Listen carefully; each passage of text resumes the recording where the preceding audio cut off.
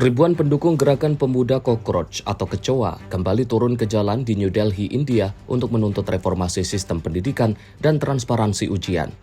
Para demonstran mendirikan kamp aksi dan berjanji tetap bertahan hingga tuntutan mereka dipenuhi. Mereka membawa spanduk yang menyerukan akuntabilitas serta perbaikan sistem pendidikan nasional.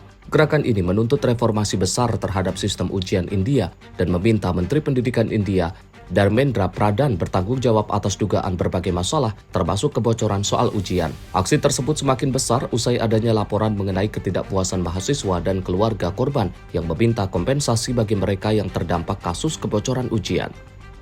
Sebelumnya, polisi India menggunakan gas air mata dan tongkat saat massa mencoba melakukan aksi menuju gedung parlemen. Namun para pengunjuk rasa menyatakan akan terus menyatakan kampanye mereka. Tim redaksi Sinpo TV melaporkan.